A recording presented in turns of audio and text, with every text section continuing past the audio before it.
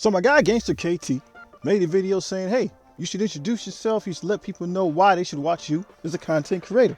So challenge accepted. My turn to take a swing at it. And this is why you should watch videos by GideonXL. I'm really here just to show people what's actually possible, what you actually do in a game. I've been playing since the beginning, like a lot of people. And I also have a young baby account, 8-month-old. And we're just showing you what the free-to-play or light spender can actually accomplish in game, right? Sometimes people say, well, this is impossible, you can't do that, free-to-play can't do that. I'm here to show you, man, what can actually be done. More importantly is my motive for getting into content creation in the first place. It has to do with this here. This is a Discord server from the Eternity Guardians. It was the first really awesome alliance that I was a part of, and as you can see, I pop in from time to time, but it indeed is empty. It is one of many alliances that I've been a part of that have been destroyed. They self-destructed, and it wasn't because of the nefarious practices of Scopely. It was because people were not getting the balanced and applicable information that they needed at their level of gameplay. Let me illustrate it this way. I work secularly as a firefighter EMT, okay? There was a book written about high-rise firefighting in which the author stated the way you get that situation under control is you need to put 100 firefighters in that building to stabilize that incident, okay? So it's coming from a reputable source. These are some of the bigger departments in the United States. They deal with this stuff on a regular basis. Is the information that they're giving accurate? It definitely is. It definitely is. It works. It works 100%. There is, however, one problem with the information. The problem is I do not work for a metropolis-sized fire department. I work for an average-sized fire department you will find in the overwhelming majority of cities in the United States of America. And us, just like everybody else, I don't think we don't even have 100 people on duty, right? You could throw everything we had, it's not 100 people. So the tactic is correct, but does it apply to us? Does it apply to the average, right? Does it apply to the average fire department? It does not. They simply can't do it. So we have to do something else instead, okay? Does that make sense? So we don't have the resources. You can't do what the big dogs can do. You don't have the resources. You don't have the personnel. You don't have the infrastructure. To try to copy that is detrimental to your system. Okay? It's detrimental to your system. So we have to find a different way, a more practical way to get it done. So what does this have to do with Marvel Strike Force? Well, the same thing can happen. Right? We see meta shifts and things like that was happening up with the big dogs, right? You see the wars and the crucibles that some of the biggest guys are facing, and you're trying to adjust to that. The problem is it might not be happening in the same way or at the same speed where you are. So trying to adopt those big dog tactics could indeed be detrimental to your account. In the same way, the information that they have is indeed true. It is indeed factual, but trying to squeeze the average person into that may not work, and again might cause serious harm to you and your alliance. Case in point, do you remember when symbiotes became the bio raid team, right? I even look at my symbiotes right now, they're still probably top 5 as far as power that I put into a team on my roster right now. They're still sitting at top 5. They were legit, man.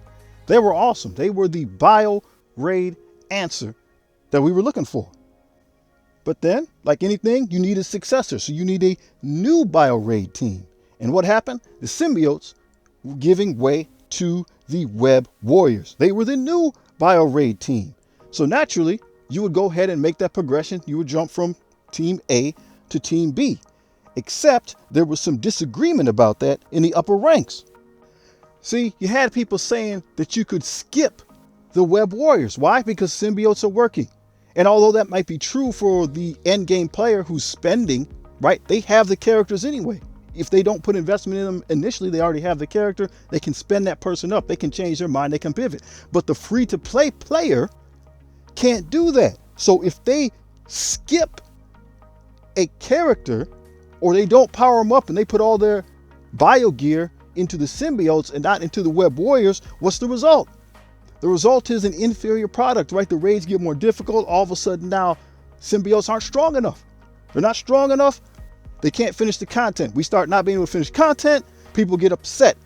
People get upset. They start arguing with people. People start arguing and people leave the alliance. And anybody who knows about recruiting, right? I'm not in the upper ranks, right? People are beating down the door to get into those top 50 alliances. They're not beating down the door to get into a normal guy alliance. So recruiting is difficult. It's very difficult. And then again, what happens is that knowledge is pervasive. So even this new person that you get in, they come in and they telling you that they're not going to build the new team because symbiotes are working. The cycle repeats, and alliances collapse. So finally, the new bio raid team is announced, right? The rebirth team. So obviously we have learned, right? We learned from our mistakes. So people are now going to go ahead and invest in the new bio raid team, and we're going to get back up to snuff. We're going to be able to take on the hard content, and things are going to get better. Unfortunately, that is not the case.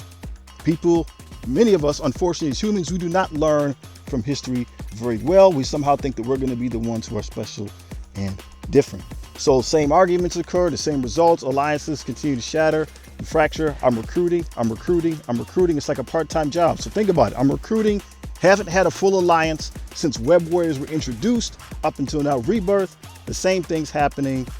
And again, another shattered and failed alliance. So what got me into YouTube was I'm sitting there months ago and people are telling new players not to build the web warriors for their initial free-to-play raid team, which doesn't make any sense. They're all free to play at that time. They were the best free-to-play option, and people are telling them not to do it because they don't know. They don't understand what the new player is dealing with. And now it's happening again with the Bionic Avengers.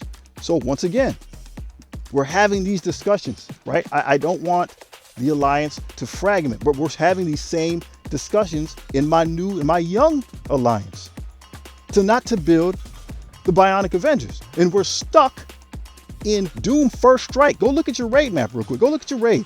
Doom First Strike. There's 4 Doom raids in between that and Incursion. So the information does not apply.